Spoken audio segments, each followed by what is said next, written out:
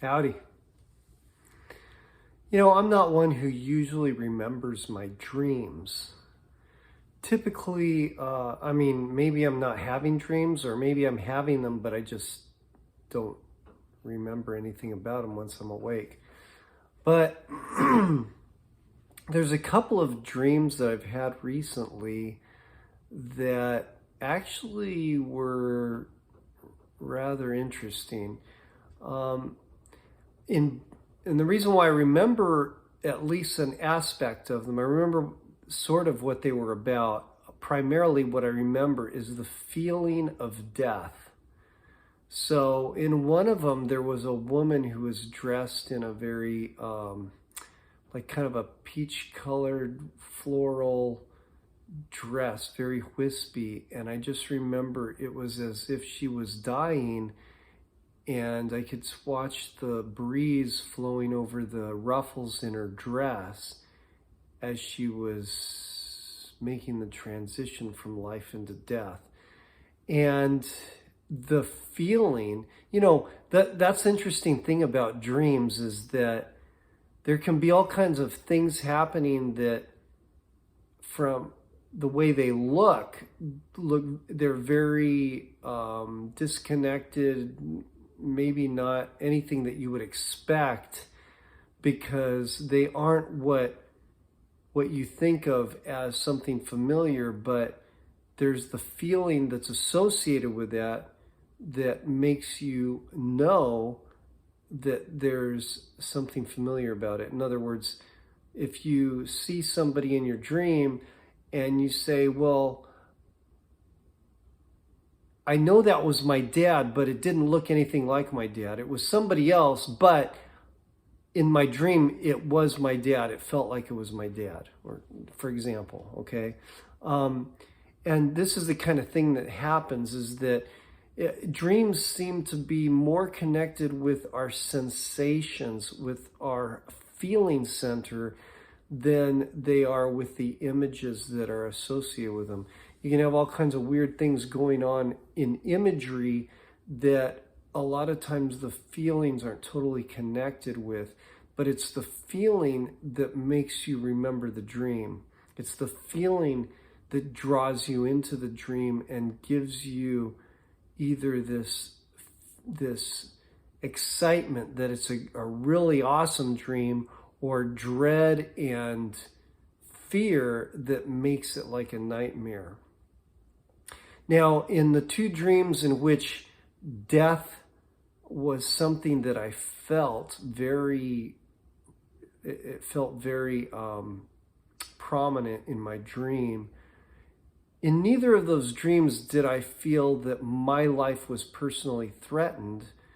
Neither did I feel like it was a nightmare. It was more of death and the feeling of it, but as a matter of fact, as a matter of being, that death is simply a part of living. It was like as if death is something that is part of life and not to be afraid of, not to be shunned or avoided. It was just death, just the end of the body as we know it, end of life as we know it on this planet. And in that way, it was rather interesting because I didn't feel any fear of the death. I just felt that feeling of death, and kind of it was a feeling of not remorse, but just maybe the morbidity of it, it's the ending, maybe the feeling of loss. I don't know. But what it did for me is in having those two dreams, and they were separated by a few nights. So I had the dream about death that one night with the woman in the roughly dress, and then like 2 or 3 nights later, I had a dream again, and the death feeling came up. And I can't remember any of the imagery of the dream. I just remember that feeling of death.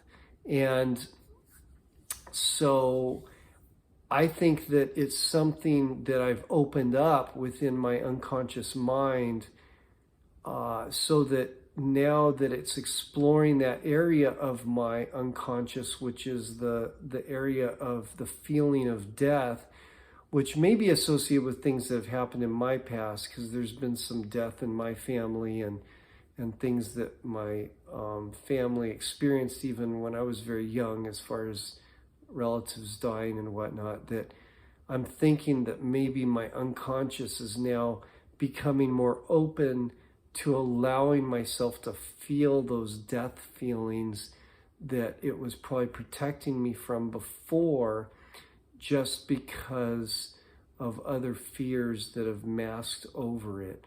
So that's good. That means that I'm opening up, that I'm becoming more vulnerable to feel these things that I wasn't allowing myself to feel before.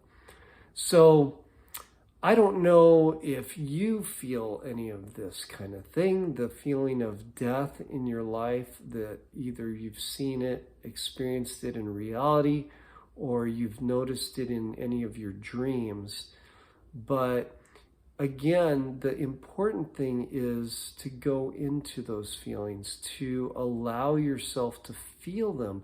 Because as soon as you say it's okay to feel, and you just go into the feeling and allow yourself to feel those feelings, what it does is it opens up the mind, it opens up the unconscious to allow things to bubble up that you can actually go into and then let them go. And little by little, those things, as they come up and you let them go, you find more and more freedom to be yourself.